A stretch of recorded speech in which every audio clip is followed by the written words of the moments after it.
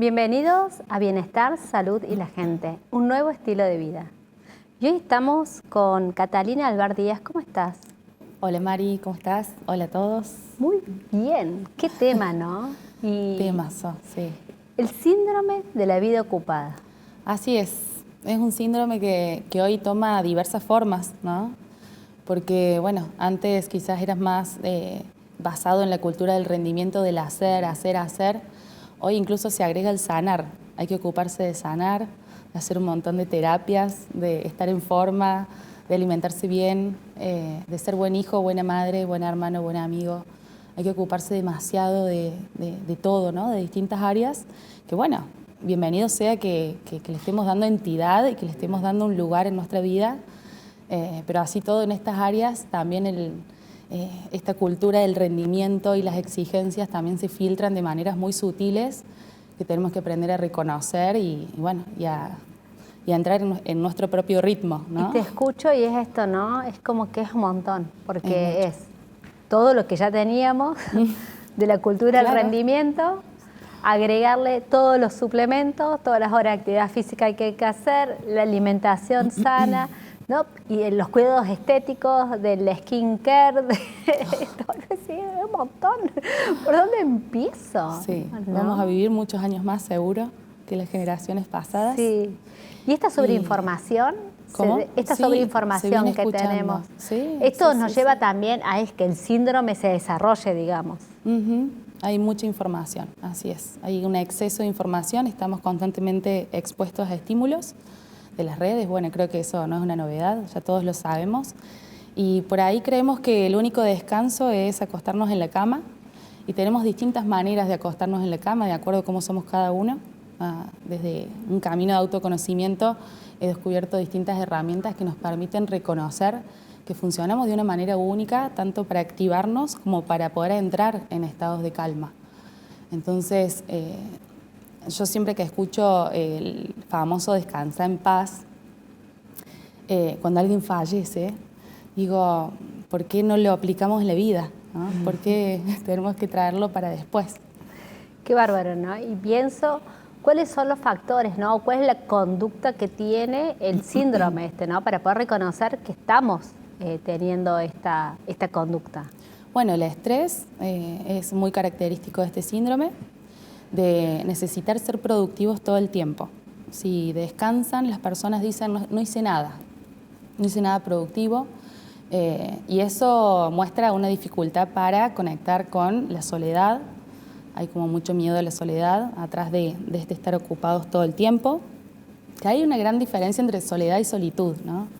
La soledad por ahí es este sentimiento de vacío que aparece cuando estamos solos, que desde la mirada sistémica se dice justamente que cuando estamos en nuestro estado de adulto es imposible sentirnos solos, si estamos en el presente. Qué lindo. Sí. Y pienso, te escucho y me veo una imagen, ¿no? De una persona que está comiendo mientras está en el ordenador, mientras está con el pie moviendo el cochecito del bebé y mientras está viendo la televisión y mientras que está... Y digo, es un poco eso, ¿no? Tal cual. Ese es el síndrome, digamos. Sí, el multitasking, tan conocido, viene también de ahí. Que era un valor en una época. Exacto. Yo declaraba, yo soy multitask. Y era como un valor, digo. Es algo valorado socialmente. Claro. Ese es el problema del estrés, ¿no? El famoso estoy a full, estoy a 1000, estoy hasta las manos. O no poder decir que no tengo ganas. Y eso está relacionado con el éxito. Y sí, hay una cultura del éxito que nos muestra que estando ocupados hacemos más. Y en realidad es una manera de también evadir emociones. Qué importante. Ese es el gran llamado, creo que, de estos síndromes, como el del impostor, que también es muy conocido, ¿no? Qué importante. Esto cuando vos decís el síndrome del impostor, ¿no? También me he declarado en ese síndrome. Todos hemos pasado por ambos. Referencias. En algún momento. Pero es la sensación de no sentirme suficiente con lo que ya sé, ¿no? O con lo que... Tiene que ver con sentir que nos van a descubrir haciendo algo mal, como que somos incompetentes y poco valiosos. Bien. Entonces ahí aparece más la ansiedad como fenómeno, ¿no? Bien. En el otro aparece más el estrés constante para tapar esa ansiedad. Bien. También hay mixturas de ambos síndromes, ¿no? ¿Y cómo podemos detectar esto, no? Como yo puedo detectar, decir, bueno, si me estoy ocupando la vida para no ocuparme de otras cosas. ¿Cuáles son los primeros factores que podemos ir observando? Bien. Y bueno, la sensación de fatiga constante, de pensamientos intrusivos, todo esto viene de acá, ¿no? De la falta de regulación emocional, porque el 90% del tiempo estamos en espacios de reacción, ¿no? Más que en el presente. Entonces, esas reacciones tienen que ver mucho con nuestros diálogos internos. Entonces, preguntarnos, ¿qué me digo cuando me levanto? ¿Qué me digo cuando me acuesto? Me estoy criticando, ¿viste? Parece mucho la autocrítica. Bien. También. Es muy común. La autocrítica, perdón, sí. Ahí me detengo porque esa voz interna es algo que me interesa. Digo, la autocrítica de, ¿tenés que hacer más? ¿O lo podrías haber hecho mejor? ¿O bueno, porque también te escucho y pienso en el famoso FOMO, que es otra cuestión, ¿no? ¿Qué me estoy perdiendo? Sí. ¿Dónde no estoy? Está full eso. Bueno, el hacer más tiene que ver mucho con este síndrome de la vida ocupada y el hacer mejor más con el del impostor. Bien. O sea, que están como ligadas. Están ligados, sí. Generalmente cuando se trabaja uno aparece el otro en terapia. Bien. Entonces cuando la gente aprende a parar un poco y a descansar, empieza la angustia. Y ahí es donde, bueno, hay que sostener y aprender a cultivar un diálogo interno más compasivo, ¿no? A darnos permisos, a sentir emociones que no pudimos sentir incluso en la infancia. Porque la vergüenza, la culpa, este miedo a ser castigados o mal mirados, viene de emociones primarias que no se pudieron sentir. Entonces se forma la vergüenza y la culpa como emociones secundarias, representantes de estas primarias como la tristeza, el miedo, la ira, el amor, el dolor y la alegría. Nada más. El resto son todas emociones que van generando estos síndromes que justamente tienen que ver con no haber podido expresar en tiempo real de manera productiva esas sensaciones. Y me sobreocupo. Exactamente. Me sobreocupo para no escuchar eso. Es una manera de evitar el vacío, de evitar la conexión con la falta de propósito muchas veces. Bien. Y de evitar esta conexión con la angustia. Siendo que la angustia, decía Heidegger, es el estado afectivo más efectivo que tenemos para mirar nuestro ser, para crearnos. Porque las emociones son muy importantes, pero nos muestran más situaciones, cómo nos relacionamos con eventos que suceden en el presente. En cambio, la angustia nos habla por ahí de esas emociones que necesitamos dar cuenta, ¿no? Darle un lugar más profundo. Y te escucho y también pienso en el aprendizaje que tuvimos, ¿no? Si yo era chica y estaba sentada sin hacer nada, pasaba un adulto y me decía, anda a hacer algo, ¿no? O te decían vago, claro. ¿No? Vos esto que te escuchaba, estar en la cama, en una posición, qué vago, ¿no?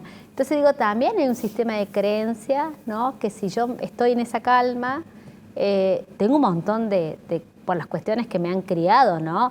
Es Total. más, pasaba, mi abuela me pegó una cachetada y me decía, chiquita, vaya, y algo tenía que estar moviéndome para mostrar que estaba haciendo algo.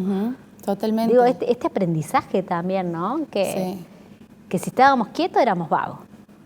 Total, y hoy se ve en las generaciones de jóvenes adultos, que sufren por ahí cuando los padres, que vienen de vidas muy ocupadas y de querer ver ocupados a sus hijos todo el tiempo, les demandan una atención que los hijos no le pueden dar. Ya hay un cambio generacional muy grande también, en el cuidado de mantenerse ocupados después, en la adultez, cuidando de los padres.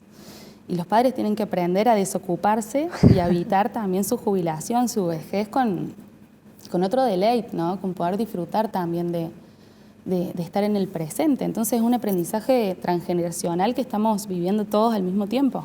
Qué bárbaro. Sí. Y cuando pienso también, ¿no?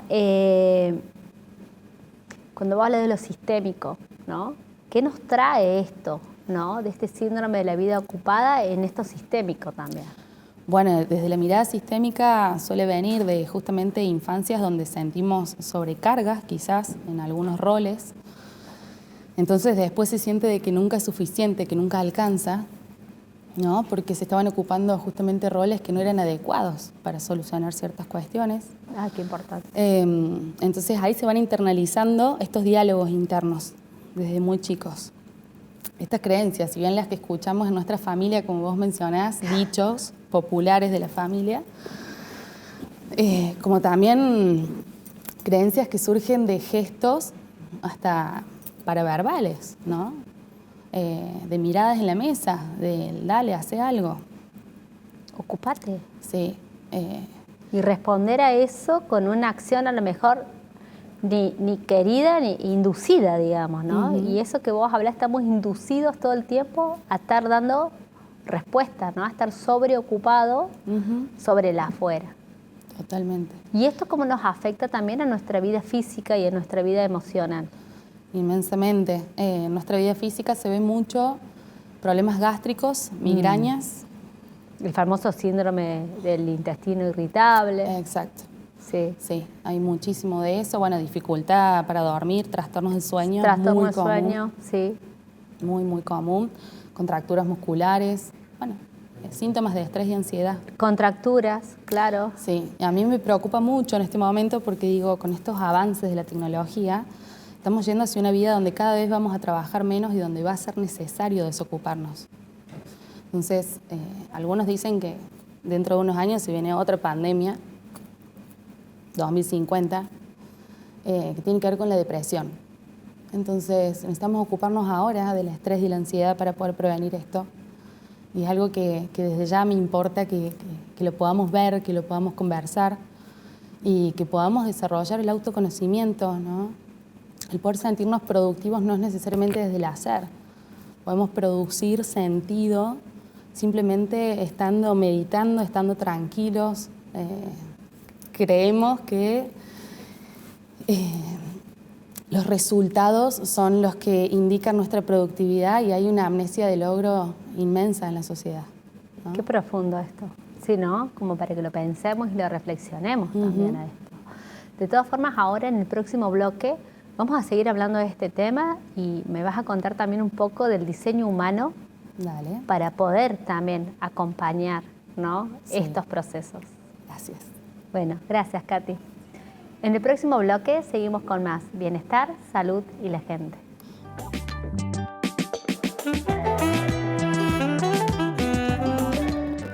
Seguimos con bienestar, salud y la gente y seguimos conversando con Katy, que es muy interesante el diseño humano, ¿no? Y acá nos quedamos en la conversación. ¿Qué es el diseño humano? Bueno, el diseño humano es una herramienta de autoconocimiento que la he empezado a explorar hace unos años.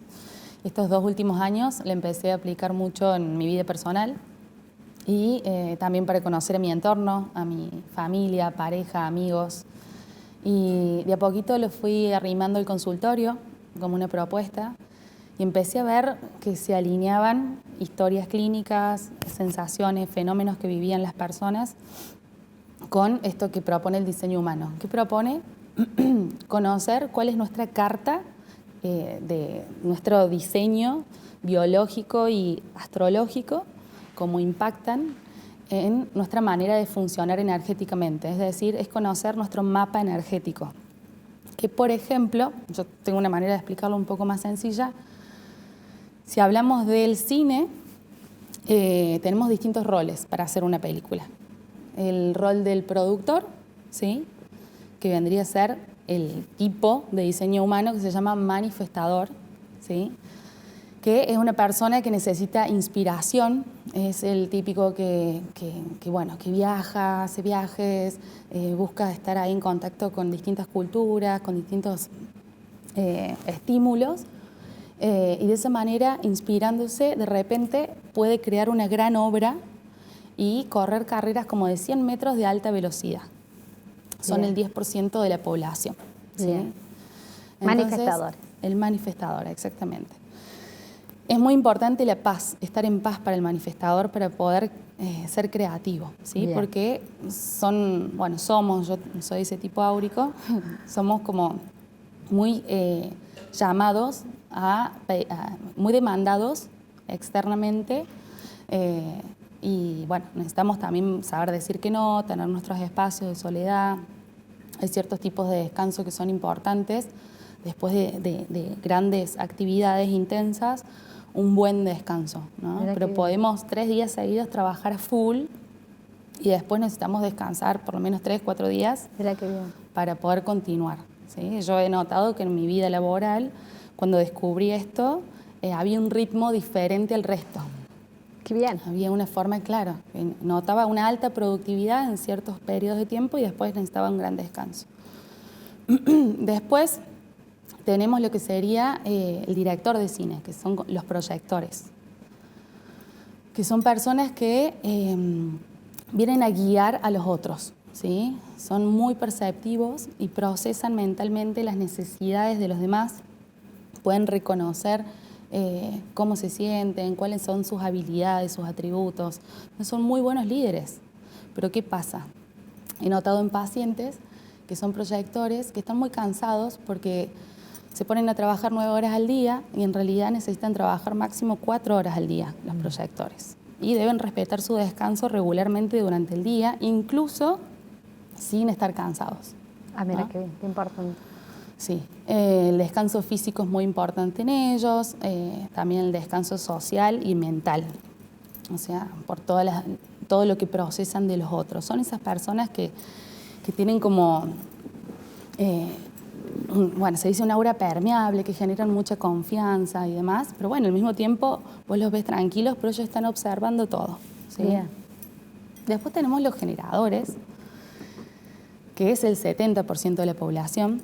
Los proyectores son el 20% más o menos, que los generadores son los que mantienen la frecuencia energética del mundo. Ah, ya. ¿Sí? Toman decisiones desde su centro sacral, tienen energía propia para actuar. Son esas personas que pueden trabajar 15 horas al día, más o menos. Vendrían a ser los actores, escenógrafos, iluminadores, que están todo el día ahí detrás de escena y que pueden tolerar, tienen una energía constante, ¿sí? Bien. Que los manifestadores y los proyectores no tienen. Exacto. Es muy importante la satisfacción en este tipo de personas, que puedan hacer actividades que disfruten durante el día para la hora de llegar a la noche poder descansar, ¿sí? No van a poder descansar quizás meditando simplemente, sino que gradualmente ir bajando su nivel de acción, su nivel de activación. Pero sí necesitan por ahí descansos físicos más activos. Bien. En cambio, el proyector necesita más pasivo, ¿sí? Realmente descansa. Y bueno, después dentro de los generadores hay un subtipo que es el generador manifestante, que es una mezcla de estos dos. Ah, mira, es muy interesante, son personas muy independientes que por ahí les cuesta pedir ayuda porque tienen muchas habilidades, tienen una capacidad de abrir camino como el manifestador y de sostener con su propia energía. Entonces hacen de todo. Entonces no está mal, sino lo importante es que puedan disfrutar de lo que hagan y en el disfrute aparece la creatividad para dar el siguiente paso. Ah, qué importante. Sí, porque son generadores. Los generadores necesitan disfrutar. Los manifestadores estar en paz. Los proyectores asimilar de que tienen un tipo de éxito particular y propio en la vida, dejar de compararse con los demás, de creer que deberían ir al ritmo de los otros. Si no, pueden caer en la amargura. Bien. ¿Sí? Y esta información del diseño humano nos ayuda a poder entendernos a nosotros en qué aspectos. Exacto. Nos ayuda principalmente, bueno, en muchos aspectos. Es como un camino de ida al diseño humano, principalmente para tomar decisiones, para saber desde qué centro sacral uno toma decisiones. Por ejemplo, si es desde el plexo solar, tenés que esperar a que suba y baja la ola emocional para encontrar claridad. Si es desde el sacral, tenés que ver qué sienten tus vísceras ante el estímulo. En vez de sobrepensar las cosas, las tenés que pensar más ahí en el momento. ¿Sí? Vas a tener como información mucho más valiosa, más digamos, alineada con tu propósito y con lo que disfrutas. Después tenés el vaso, que es el centro de la intuición, entonces también conectar más con la intuición que con la emoción y con la reacción. Entonces son distintos centros que tenemos cada uno que no son la mente, eso es lo importante. Y que para escucharlos necesitamos aprender a estar relajados y a descansar. Bien. Es fundamental para todos. Y hay un tipo áurico más, que es el reflector. Bien. Es un 1% de la población. Tengo una paciente que es reflectora y también conozco un colega. Y bueno, ellos investigan también sobre diseño humano y me cuentan cómo encuentran un montón de respuestas a preguntas de sus ritmos, de sus formas de ser, de cómo se relacionan con los demás. Y los reflectores absorben la energía de todo el entorno. Son como grandes antenas perceptivas de un entorno, y si uno los puede valorar, por ejemplo, en el ámbito laboral, vas y le preguntas al reflector qué es lo que anda mal, qué hay que mejorar, y te va a decir exactamente lo que necesita el sistema. Qué importante. Entonces, sí. Y para descansar, ellos necesitan tiempo a solas para poder justamente un descanso sobre todo sensorial, porque Está sienten muy mucho. sobreestimulado, claro. Sienten mucho. Sienten mucho, exactamente. Y poder estar solas y en entornos armónicos y tranquilos. Entonces, cada uno descansa de una manera única, ¿no? Qué hermoso esto, ¿no? Y cuando te escucho, pienso, ¿no? Cuánta información tenemos que, a lo mejor, empezar, ¿no? A atender de nosotros. Primero, para entender esto que hablábamos anteriormente, ¿no? La ansiedad y el estrés, que muchas veces es por no escucharnos a nosotros mismos. Totalmente. Creo que ya la espiritualidad y lo energético, lo biológico, son áreas que los psicólogos tenemos que empezar a trabajar en conjunto, ¿no? Y creo que ya lo estamos haciendo. Pero la espiritualidad creo que es algo muy importante ya tener en cuenta, porque baja mucho el estrés, la ansiedad, el hecho de conocernos y decir, a ver, con esto cuento, ¿cómo puedo hacer para funcionar mejor con lo que soy? En lugar de compararnos o de caer siempre en la expectativa de que debería ser más, debería ser menos. Yo, al conocer mi funcionamiento como manifestadora, pude soltar un montón de autocrítica que tenía hacia mí, por ejemplo. Y qué importante con el tema también que hablamos en el bloque anterior, porque se termina integrando esto que traes, ¿no? Del síndrome de la vida ocupada. Totalmente, porque es una exigencia social, ¿no? El estar ocupados. Venimos de épocas, como vos mencionabas, y donde hoy tenemos que aprender a ser más eficientes, a cada vez hacer menos, ¿no? Y con menos esfuerzo poder lograr lo que necesitamos lograr, no más ni menos, ¿no? Ir por más también genera el síndrome del impostor, como que hay que hacer más de lo que uno debería poder, y con todas estas facilidades de la tecnología y demás, imagínate cómo pueden empezar a devaluarse las competencias humanas. Entonces, ahora más que nunca, creo que es importante empezar a reconocer la autenticidad y la singularidad de cada persona, ¿no? Qué importante esto, ¿no? Y que Conectar acá con la también esencia. empieza, te escucho y acá empieza esto de la inteligencia artificial y lo humano, ¿no? Ahora, el gran desafío tecnológico es escuchar la tecnología humana, ¿no? Que es la nuestra, ¿no? Yo que practico el Kundalini Yoga, que lo que trabajamos sobre la tecnología, ¿no? Humana, la inteligencia que tiene, digo, te escucho vos y digo, wow, qué bárbaro, ¿no? Estamos ahí en un miedo, ¿no? Que la inteligencia artificial nos suplante, nos lleve a lugares, y te estamos invitando a que vuelvas a lo humano, ¿no? Total. Sí, yo creo que también la naturaleza, bueno, es un tipo de descanso que necesitamos, sensorial ante tanta tecnología. De hecho, creé un emprendimiento que tiene que ver con eso. Qué hermoso. Porque me di cuenta, son unas reposeras plegables para ir a la naturaleza, y me di cuenta que es un antidepresivo natural y ansiolítico. Cargas la reposera y te vas a conectar con la totalmente. naturaleza. Qué hermoso. Bueno, justamente conectar con lo esencial, con el presente, con estar ahí. Creo que reúne muchos tipos de descansos que necesitamos. Esto es que, de acuerdo a cada tipo, necesita un descanso más particular, cada tipo en diseño humano, ¿no? Por ejemplo. Pero todos necesitamos de todos estos descansos. Y en la naturaleza hay de todo un poco, ¿no? Qué hermoso. Bueno, agradecerte, porque siempre es hermoso conversar con vos. Me llevo un montón de cositas ahí también para observar. Y antes de que nos vayamos, a todos los invitados les preguntamos lo mismo, ¿no? ¿Qué nos dejarías para el bienestar y la buena salud desde tu mirada? Bien. Yo los invitaría a conectar en momentos cotidianos, si pueden en la naturaleza, y si no, de manera compartida en la mesa, con una pareja, con alguna amiga, amigo, hijos. ¿Cuál fue el mejor momento del día y el peor momento del día, ¿sí? Por ahí, si se atreven, empezar por el peor momento es mejor. Y reconocerlo buscando desde la sensación, en un estado de quietud, de equilibrio y conexión desde la respiración. Esperar unos minutitos, con 2 minutitos alcanza. Y buscar en el mismo día, no irse al pasado ni a la infancia, sino en el día, o más tarde el día anterior, buscar ese momento donde sentiste que más perdiste energía. ¿Sí?